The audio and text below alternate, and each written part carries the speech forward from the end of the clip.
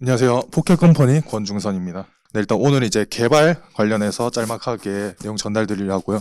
이미 이제 개발을 시작하신 분도 완료하신 분도 이제 시작하시는 분들은 이 내용을 보시고 좀 참고하시고 이미 개발이 완료되었다 하더라도 차후에 2차, 3차 고도화가 필요하실 거예요. 그때는 이제 1차 때 했던 실수나 힘들었던 점 다시 반복하지 마시고 이 내용 참고하셔서 진행하시기 바랍니다. 네, 일단 오늘 이 세 가지를 간략하게 말씀드리려고 합니다. 앱 개발이 도대체 무엇인가? 무엇으로 개발을 해야 되냐? 그 다음에 실제 앱이 만들어지는 과정. 네, 안 그래도 요즘 개발자 광풍이 불고 있죠. 꼬마가 코딩을 한다 하고요. 블록체인 개발자를 모시고 판교에서는 1억을 줘도 개발자를 못 모시고 초봉 6천만 원이라는 이제 말도 안 되는 내용도 나오고요. 보면 이제 넥슨이랑 크래프톤에서는 개발자 연봉 2천만씩 일괄 인상하였다는 얘기가 나옵니다. 이렇게 이제 큰 대기업들에서 개발자 연봉 전쟁을 시작하였는데 그것도 부족해서 이제 내가 좀 나간다, 내가 좀 잘한다 하는 개발자들은 네카로 쿠베당토, 네이버, 카카오, 라인, 쿠팡, 배민, 당근마켓, 토스. 여기 이제 네카로 쿠베당토 야라고 돼요. 야놀자. 이제 그런 데를 이제 꿈의 직장으로 여기고 있거든요. 참 이렇게 안 그래도 사람 구하기 힘든데 예전부터 개발자 구하기 힘들었어요. 근데 이렇게 전쟁하고 네카로 쿠베당토 코딩 테스트도 하고 개발자 구하기 더 힘들어졌어요. 자, 그럼 이 상황에서 개발자 없이 우리가 사업을 진행할 수 있나? 요즘에는 최소한 앱은 하나 나와야지 정부 지원을 넣든 어디 가서 얘기라도 할 수 있잖아요. 그럼 어떻게 이제 개발을 하는 게 가장 효율적일까? 개발자를 뽑기만 한다고 이게 될까요? 아니요. 개발자를 뽑아도 디자이너 있어야 되고요. 개발자한테 일반인들의 말을 잘 이해시켜줄 PM도 있어야 돼요. 그게 없다면 이제 대표님들께서 그 역할을 수행하시면 되는데 물리적으로 불가능하죠. 간단한 해결책이 있습니다. 주변에 좀 개발을 아신다는 분들, 판교에 지인이 있다? 거의 90% 개발 관련이겠죠. 외부 자문을 통해서 이제 어떻게 개발을 해야 될지, 어떤 로드맵을 갈지 자문을 구하는 방법이 있고요. 그게 아니면 많은 소싱사들 혹은 저희 포켓컴퍼니 같은 사과 파트너십을 맺으시면 됩니다. 일단 요건 서론이었고요. 이제 본격적으로 현재 앱을 만드신 분도 있을 거예요.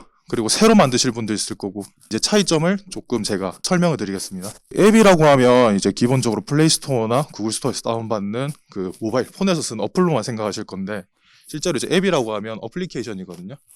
이제 PC에도 앱들이 있고요. 모바일에도 앱이 있습니다. 이제 PC에는 포토샵, 일러스트, 잔디 그런 것들이 전부 다 앱의 범주에 있고요. 모바일로 봤을 때 안투투, 페이스북 수많은 어플들 있죠. 잘 아실 거.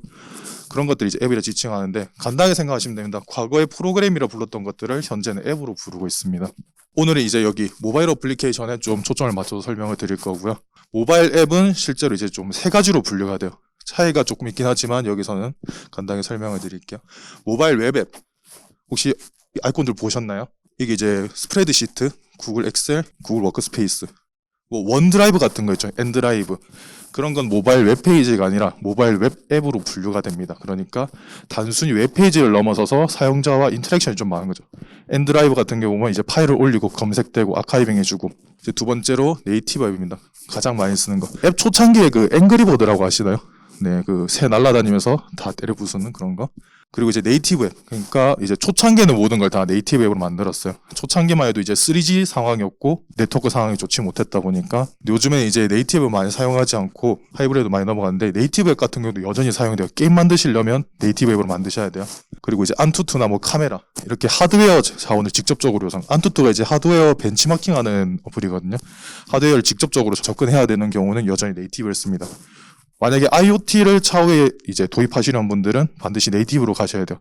대다수의 IoT가 블루투스를 사용하기 때문이죠. 하이브리드 앱이 있는데 하이브리드가 이제 업계에서도 많이 혼용이 되고 있어요. 명칭이 정확하지 않다 보니까 하이브리드라도 부르고 크로스 플랫폼이라도 부릅니다. 엄밀히 따지면 다른 건데 여기서는 같은 범주로 지칭을 해서 설명을 드리도록 하겠습니다. 되게 많은 건데 이건 웹 브라우저로 보시면 돼요. 엔카, 페이스북, 코렐톡. 일반적으로 이제 이런 웹앱보다는 사용자 인터랙션은 덜하고 약간 게시판 형태의 정보 교환이나 예약 같은 게 주로 된 O2에 가장 많이 사용됩니다. 저 세 가지 유형이 있다는 걸 아셨을 건데 일단 가장 중요한 거는 개발 기간이랑 유지 비용이죠. 보시면 알겠지만 웹앱 같은 경우에는 웹 기반으로 만드는 거예요. 그래서 실제로 하나의 언어로 개발을 하면 웹 브라우저, PC, 모바일, 아이폰, 안드로이드 사용이 다 가능합니다. 당연히 하나의 언어로 만드니까 개발도 빠르고요. 크로스 플랫폼 같은 경우도 이제 하나의 언어로 만들지만 이제 스토어에 저희가 등록을 해야 되잖아요. 후 빌드 과정이 있는데 그때 이제 각각 버전별로 후 처리가 필요합니다. 그래서 약간 시간이 들고 네이티브 앱 제일 골 때리는 애요. 아이폰도 만들고 안드로이드도 만들고 슬랙처럼 윈도우 버전을 만든다. 윈도우도 만들어야 되고 언어도 다르고 OS마다 지원하는 사양이 달라서 가장 오래 걸리고 한 몇 년 전만 하더라도 실제로 게임을 런칭하면 안드로이드가 보통 나오고 아이폰이 뭐 2주 런칭했는데 4주 동안 안 나오는 경우도 있었습니다. 요즘엔 좀 많이 달라지긴 했지만요. 반대로 개발 기간이 빠르다는 거는 들어갈 인프라가 적다니까 유지 비용도 동일한 순서대로 나오고요. 이렇게만 따지면 네이티브는 도대체 왜 쓰냐라는 얘기가 나올 텐데 어쩔 수 없이 최적화가 되어 있습니다. 그리고 아까 말씀드린 대로 IoT나 게임을 만들 때는 어쩔 수가 없어요. 크로스 플랫폼도 정말 많이 사용되긴 하는데 안드로이드나 iOS가 새 버전이 나오면 그거보다는 조금 늦게 나오겠죠. 유지보수 측면에서 상대적으로 빠를 수가 없어요. 그리고 100% 환이 되진 않고요. 뭐 예전보다 많이 올라오긴 했지만 여전히 크로스 플랫폼이 조금 부담이 되는 상황이고 페이스북 같은 경우는 크로스 플랫폼으로 만들었으니까 하이브리드라고 하는데 리액트 네이티브 그런 걸로 만들고요. 이제 이 세 가지에 대해서 알게 되셨으니까 이제 실제로 저희가 앱 개발을 할 거예요. 그러니까 지금 이제 앱 개발해 보신 분들은 알 거예요. 아, 생각보다 할 게 많네. 왜 그러냐면 앱 클라이언트 앱이라고 부르는데 실제로 유저들이 쓰는 페이지가 있죠. 그러면 우리가 앱은 일반적으로 이제 서버 공개화가 돼야 되는데 우리가 흔히 말하는 서버가 터졌다 하는 그 서버에 접속할 서버를 만들어야 되고 또 기본적으로 회원가입이 있다, 뭐 게시판이 있다 이러면 그 정보를 저장할 데이터베이스가 있어야 됩니다. 자, 우리는 그럼 클라이언트 그 어플도 만들어야 되고 서버도 만들어야 되고 그리고 지금까지 간과하고 있었던 관리자 페이지도 만들어야 되는 거죠. 간과하고 있었어요. 이런 게 있는지도. 그러니까 만약 여러분이 세 페이지짜리 단순한 어플리케이션을 만든다 하더라도 세 페이지에 클라이언트가 나와야 되고 그 세 페이지와 인터랙션할 API 서버가 나와야 되고 거기에 인터랙션한 데이터를 저장할 DB를 만들어야 됩니다. 그리고 게시판에 누가 욕을 올렸다, 뭐 잘못된 글을 올렸다, 삭제할 관리 페이지가 필요하고요. 그래서 이제 여기 우측 상단에 보시면 제가 간략하게 적어놨는데 많은 분들이 지금 이걸로 개발하실 거예요. 그러니까 이거는 이제 국내에서 가장 풀이 많고 개발적 구하기가 좀 쉬운 언어들이거든요. PHP, 파이썬, 자바스크립트, 자바. 서버 단에는 지금 국내에서 가장 많이 사용돼요. 뭐 펄 이런 것도 사용이 되는데 루비 그런 거는 일단은 풀이 다양하진 않기 때문에 개발이 직접적으로 고도화가 된 상황이 아니고 꼭 그걸 써야 되는 게 아니라면 인력 많은 걸로 하시는 게 좌우 유지 보수나 확장성에도 용이합니다. 그리고 요즘에 또 머신러닝 유행하잖아요. 머신러닝과 많이 호환되는 게 이제 파이썬이거든요. 머신러닝을 나중에 도입을 해야 된다, API가 따로 없다 할 경우에는 파이썬으로 부분 모듈 개발하시는 것도 추천드리고요. 이제 클라이언트 어플이에요. 간단히 말씀드리면 이건 제가 딱히 말씀드릴 게 없는 게 얘들은 정해져 있어요. 안드로이드는 요 두 개로 해야 되고요. 아이폰은 요 두 개로 해야 돼요. 근데 그거 말고 이제 웹앱 같은 경우에는 너무 다양하죠. 뷰, 리액트, 앵귤라, 요즘에 뭐 넉스트 변종들이 많이 나오거든요. 그건 이제 앱 목적에 맞춰서 하시면 되고요. 세부적인 거는 저희가 다음에 개인적으로 말씀드리겠습니다. 자, 그럼 이렇게 여러 종류가 있는데 도대체 난 뭐로 시작해야 돼? 라고 말씀하실 거예요. 그리고 나는 호환성이 좋으니까 네이티브로 하겠다. 그렇게 진행하면 많이 힘들어지죠. 세 가지가 있고 각 장단점을 제가 말씀을 드렸어요. 저는 일단 개인적으로는 지금 많은 분들이 하시는 게이밍이나 IoT가 아니라면 IoT라 하더라도 주요 부분만 네이티브로 개발을 하시고 나머지 부속 페이지들은 이렇게 웹앱으로 개발하시는 걸 추천드려요. 제가 이때까지 웹앱, 네이티브, 뭐 하이브리드 말씀드렸는데 이게 뭔지 감이 안 오시잖아요. 일단 이 프로젝트는 저희가 최근에 진행한 이제 웹앱 형태고요. 웹앱은 이제 반응형으로 저희가 제작이 되어서 보신 바와 같이 PC에서 접속한 화면이고요. 모바일 페이지, 그러니까 반응형 페이지로 접속한 겁니다. 그 요거는 최종적으로 위에 보시면 어플이 다운받아진 상태죠. PC 이제 반응형 접속, 그 다음에 어플 다운로드. 그러니까 크게 이제 이런 O2O 형태 같은 경우에는 이렇게 반응형 모바일 웹앱으로 진행하시는 게 편해요. 이 두 개의 차이점이 뭐냐가 되는데 얘는 지금 인터넷 브라우저, 사파리나 뭐 삼성 브라우저 그런 걸로 접속하는 상황이고요. 얘는 이제 패키징이 된 상태예요. 그래서 스토어에 등록이 돼서 다운로드가 가능한 상황이죠. 얘 두 개 차이가 뭐냐? 일단은 스토어에 올려서 홍보를 해야 돼요. 그리고 얘는 푸시 알람을 받을 수가 없어요. 저희는 지금 푸시 알람 받기 위해서 지금 패키징이 된 거고요. 실제로 이제 아이폰 같은 경우에는 이렇게 웹앱으로 만들고 푸시 알림만 넣을 경우에는 요즘 리젝이 많이 됩니다. 그래서 아이폰에서 제공하는 뭐 광고 추적 이런 걸 좀 넣어야지 등록이 되고요. 동일한 시스템이고요. 이제 어떤 식으로 화면이 구성되는지만 간략하게 보여드리려고 해서 로그인 같은 경우도 이제 웹 브라우저에서 하는 거고 얘도 지금 웹 브라우저. 근데 얘는 이제 디자인은 동일한데 웹 브라우저가 아니라 아이폰이나 안드로이드 제공한 SDK로 해서 그 로그인 누르면 이제 가끔씩 아이폰 쓰신 분 아시죠? 카톡 떴다가 로그인 되는 거. 그렇게 조금씩 달라요. 개발을 이제 본격적으로 착수를 해야 되는데 어떤 걸 쓸지, 모바일 웹을 쓸지, 모바일 앱을 쓸지, 뭘 할지 선택을 대충 하셨을 거고 착수하기 앞서서 개발해보셨으면 아실 거예요. 아, 뭐가 산으로 가, 이거 좀 하자는데 이게 안 돼. 이게 이제 성격 급한 한국인들 기준으로 보면 앞, 뒤만 보시면 돼요. 어쨌든 만들고 싶은 거는 나무에 뭐 매달아서 쉬는 거였거든요. 근데 실제로 이제 의견 전달을 하다 보면 고객은 이런 걸 만들고 싶다 했는데 PL이 이렇게 이해를 했어요. 나무에 의자에 달고 싶다. 근데 이 의자가 움직일 수가 없는 상황이죠. 이제 애널리스트가 열심히 분석해서 의자가 움직일 수 있게. 근데 여기 가해 보시면 현실에서 불가능한 구조죠. 그래서 실제 도입을 하려고 하니까 불가능했어요.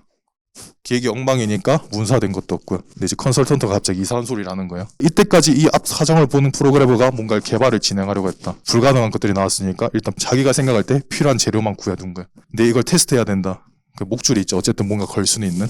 마케팅 부선 이 전 내용 모르고 갑자기 흰색 의자를 강조합니다. 그럼 이제 결과적으로 클라이언트는 뭘 받아볼까요? 처음에 자기가 생각한 게 아니라 완전 엉뚱한 게 나와요. 주요 기능이 아니라 부가 기능들만 강조된. 나는 지금 오토를 만들어야 되는데 뭔가 익명 게시판만 되게 강조된 그런 시스템을 만들어지는 거죠. 이게 이제 일반인이 생각하는 개발과 실제 개발 단계에서 괴리 때문인데 보통 이제 개발을 해야 된다면 어떻게 생각을 하시나요? 보통 이렇게 생각하실 거예요. 뭐 저기는 인공지능 API가 있다. 어디 뭐 오픈소스가 있다. 라이브러리 가져다 쓰면 되는 거 아니냐. 많이 맞는데 많이 틀렸습니다. 결제 모듈 어디서 가져오면 되고요. 오픈소스가 한 수십만 가지 됩니다. API도 이제 API 제공하는 데마다 다르고요. 라이브러리도 이제 언어마다 다르고요. 게시판 요것도 땡겨 쓰는 게 아니라 필요한 거 맞춰서 가공을 해야 되는 거죠. 이렇게 짜자잔 나오는 게 아니라 실제로는 개발이 이렇게 이루어집니다. 그러니까 첫 미팅을 하면 수많은 아이디어를 주세요. 지금 나는 인공지능 넣을 거다. 머신러닝, 딥러닝. 그러면 저희가 그 내용들을 다 파악을 해요. 그럼 개발을 가능한 요구사항 정리를 하는 거고요. 이 정리된 걸 토대로 분석을 합니다. 이렇게까지 가능하겠다. 그럼 이제 한정된 자원에 맞춰서 시간, 비용, 실현 가능한 범위를 저희가 체크를 하고요. 여기 맞춰서 다시 재정리를 합니다. 이까지가 이제 개발 초기 기획이고요. 개발 초기 기획이 완료됐으면 시스템 설계를 하는 거죠. 뭐 나는 동접수 1000명이야. 동접수 10,000명이야. 나는 동접수보다는 응답성이 빨라야 돼. 그런 이제 좀 명시적인 것들이 보통 이제 그런 건 2차 개발 때 많이 진행을 하시는데 그런 시스템 설계를 진행하고요. 시스템 설계가 진행된 것 동시에 UI, UX 디자인이 병행됩니다. 이제 디자인이 병행되었다 하면 실질적으로 개발 준비는 끝난 거고요. 많은 대표님들이 하시는 게 디자인을 변경한다고 하세요. 저희가 착수를 하면 디자인 변경한 건 좋은데 디자인을 변경하면서 기능을 추가하십니다. 이렇게 되면 앞에 상황들 다시 해야 돼요. 그러니까 지금 우리가 이렇게 사람 만들기로 했는데 갑자기 여기 아이언맨을 만들고 싶어. 네, 그럼 여기부터 다시 해야 되죠. 재료 수급하고 난리 납니다. 그 다음이 되면 이제 실제로 저희가 개발 착수를 진행하게 되고요. 개발 착수가 되게 간단해요. 건물을 짓는다 보시면 돼요. 저희가 3층짜리 건물을 짓으면 밑공사 이제 밑에 지압할 때는 아무것도 없죠. 건물이 올라올 때마다 이제 뭔가 생기는데 정말 집 짓는 거랑 똑같거든요. 그러니까 이제 창문도 달아보고 배수로도 만들고 전등도 끼워보고 문을 만듭니다. 문이 열리는지 테스트하고 너무 당연한데 닫히는지 테스트도 돼야 됩니다. 그래서 이런 걸 다 만들어놨는데 뭔가 게시판이 추가된다. 그 문의 모양을 자동문으로 바꿔달라 이거거든요. 그럼 그 관련된 골조 프레임 다 뜯어내야 되죠. 그 다음 이제 통합 테스트를 진행하게 되고 실제로 이제 저희 개발이라고 하면 이 세 단계가 끝입니다. 코딩 만들고 되는지 작동하고 열었으면 닫히는지도 확인하고 통합 테스트 이 세 단계가 계속 반복이거든요. 그래서 이 상황에서 뭔가를 돌이키시면 엄청 늦으신 거예요. 만약 뭔가를 돌이키고 싶다? 여기서 하셔야 돼요. 말 그대로 공수가 줄어듭니다. 여기서는 1의 공수가 발생할 게 여기서는 10의 공수가 발생하고 여기서는 100의 공수가 발생하는 거예요. 말 그대로 시간이 더 추가적으로 발생하는 거죠. 어쨌든 개발은 이게 모두기 때문에 이 세 단계가 계속 반복하고요. 이 세 단계가 되면 납품을 하게 됩니다. 근데 여기서 많은 분들이 간과하시는데 어플이 만들어지면 끝났다고 생각을 하세요. 근데 어플이 만들어지면 그때부터 시작입니다. 지금 다 아파트 사시는 분도 있고 빌라 사시죠. 매달 관리비 내실 거예요. 관리비 안 내면 청소가 안 되거든요. 어플도 관리비를 내야 됩니다. 서버가 공짜로 돌아가는 거 아니잖아요. 그리고 핸드폰 나날이 좋아지고 아이폰도 업데이트하고 안드로이드 업데이트하고 거기 버전 맞추셔야 되고요. 유지보수 보통 여기에 대한 플랜이 없으세요. 그냥 개발자 한두 명 넣어서 하겠다. 거의 불가능합니다. 디자인도 있어야 되고요. 서버, 클라이언트 담당 다 있어야 돼요. 유지보수도 이제 그래서 말씀드린 그 개발 언어 선택을 잘 하셔서 만약 그 개발자가 중도 포기를 하더라도 그 개발자한테 맨파워로 돌아가는 일이 없도록 대비를 하셔야 돼요. 네, 그래서 지금 제가 최종적으로 말씀드리고 싶은 거는 개발 기획이 오래 걸리면 전체 프로젝트 기간도 오래 걸리는 게 아니냐라고 생각을 하실 거예요. 지금 실제로 개발 기간은 동일합니다. 근데 기획서 작성 시간이 오래 걸리면 전체 기간이 늘어난다고 생각을 하실 건데 그렇지 않습니다. 기획이 지금 빨리 됐다는 거는 무조건 기획에 문제가 있는 거예요. 기획에 문제가 있기 때문에 기획 기간이 짧으면 개발 기간은 오래 걸립니다. 반대로 무작정 긴 게 아니라 충분한 기획 시간을 가졌다고 하면 프로젝트 착수 시간은 획기적으로 낮추게 됩니다. 그럼 이제 이거에 대해서 어떻게 해야 되냐? 여기 있는 대표님들이 직접 개발하실 건 아니잖아요. 뭐 그러신 분도 있을 건데 제가 많이 느껴본 바에 따라서 제가 아는 만큼 팀원들이 하더라고요. 제가 아는 만큼 많이 뜯어낼 수 있고요.